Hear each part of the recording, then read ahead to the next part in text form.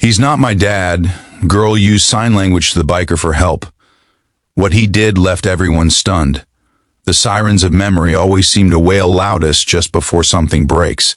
And on that gray, wind-bitten afternoon, everything inside the young girl felt like it was splintering all at once. The street hummed with traffic, the world moved as usual, and yet, in the middle of it all, she stood frozen beside a towering man whose hand clamped too tightly around her wrist.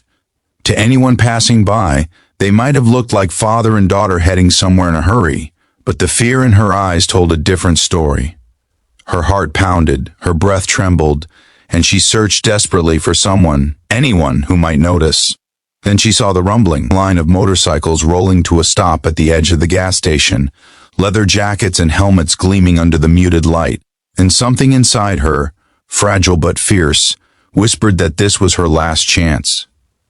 If you believe in kindness, in strangers who become heroes, in second chances that come when least expected, then take a second to like, comment, share, and subscribe, because stories like this remind us what humanity can still be. The girl, named Lily, had learned silence long before she learned fear. Born with limited hearing, she depended on sign language to communicate, and over the years she had become used to being overlooked, misunderstood, or spoken over. After losing her mother, she had been placed in the custody of a man who pretended to care, but carried darkness like a second skin. He wasn't her father. He was a distant relative, with debts, addictions, and anger that erupted in quiet places where nobody could hear. For months she had lived in shadows, moving carefully, obeying rules that shifted like storms. The promise that everything would be fine always came with a cost.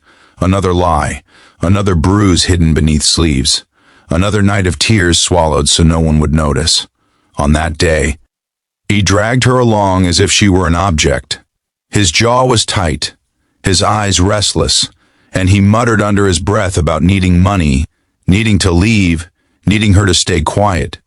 Each step toward his car felt like a step deeper into darkness. But when the motorcycles rolled in, engines loud, presence impossible to ignore, hope flickered.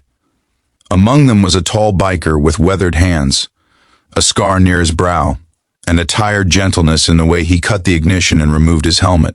He looked like someone who had lived through storms and somehow found his way back. The air seemed to still when Lily caught his attention. Without speaking, she lifted her hands, trembling yet precise, and shaped the words she had repeated silently 1,000 times. "He's not my dad. Please help me." For a moment, the world held its breath. The biker saw the fear, the subtle panic, the burning plea behind those gestures. He didn't shout. He didn't make a scene. Instead, he stepped closer with a quiet authority that made the man holding her stiffen. Something in his presence, calm, steady, protective, changed the energy entirely. Other bikers sensed it too, forming a loose circle, not aggressive, but immovable. The man tried to bluff, to laugh, to dismiss the situation as a misunderstanding, but the biker knew better. He noticed the bruises. He noticed the way Lily flinched. He noticed how her eyes begged for safety more loudly than any word could. Within minutes, the biker had alerted the station attendant and quietly contacted authorities. He positioned himself between Lily and danger, making himself a wall.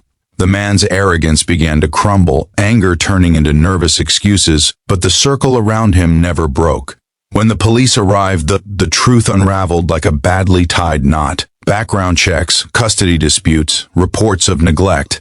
Lily watched from a short distance, hands shaking, heart racing, knowing that everything might finally change.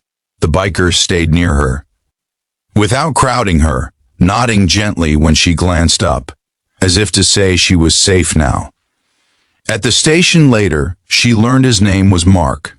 He once had a daughter too, but life had pulled them apart, and he carried that pain quietly. Maybe that was why he recognized the look in Lily's eyes, the silent plea for someone to choose her side for once. While social workers spoke softly and paperwork filled the room, Mark simply waited. He didn't push, he didn't pry. When Lily used her hands again to thank him, tears burned his eyes, and he realized helping her had stitched something inside his own heart back together. The months that followed were not magically easy. Healing rarely is. Lily was placed with a caring foster family, started therapy, and slowly learned that safety could exist without conditions. She enrolled in a school where sign language wasn't a burden but a bridge, and she began to laugh again, cautiously at first, then freely.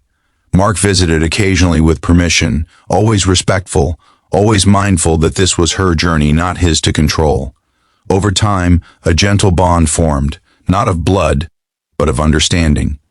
He taught her about engines and open roads. She taught him that silence could still be full of meaning. They became reminders to each other that broken stories can still be rewritten. And then came the day when Lily stood at the edge of a community gathering, watching children play and families laugh, feeling sunlight warm her face. She remembered that terrified girl at the gas station and almost couldn't believe they were the same person.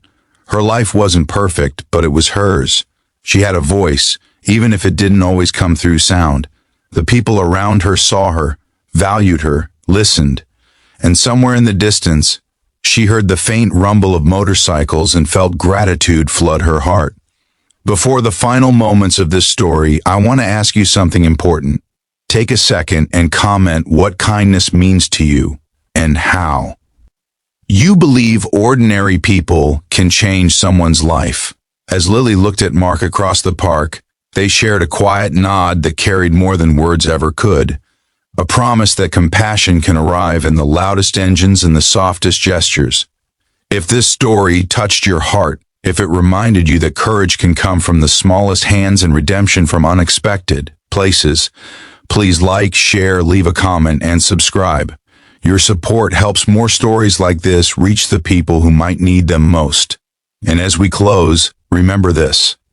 Sometimes the bravest cry for help is silent, and sometimes the most unforgettable heroes are the ones who simply choose to stop, notice, and stay.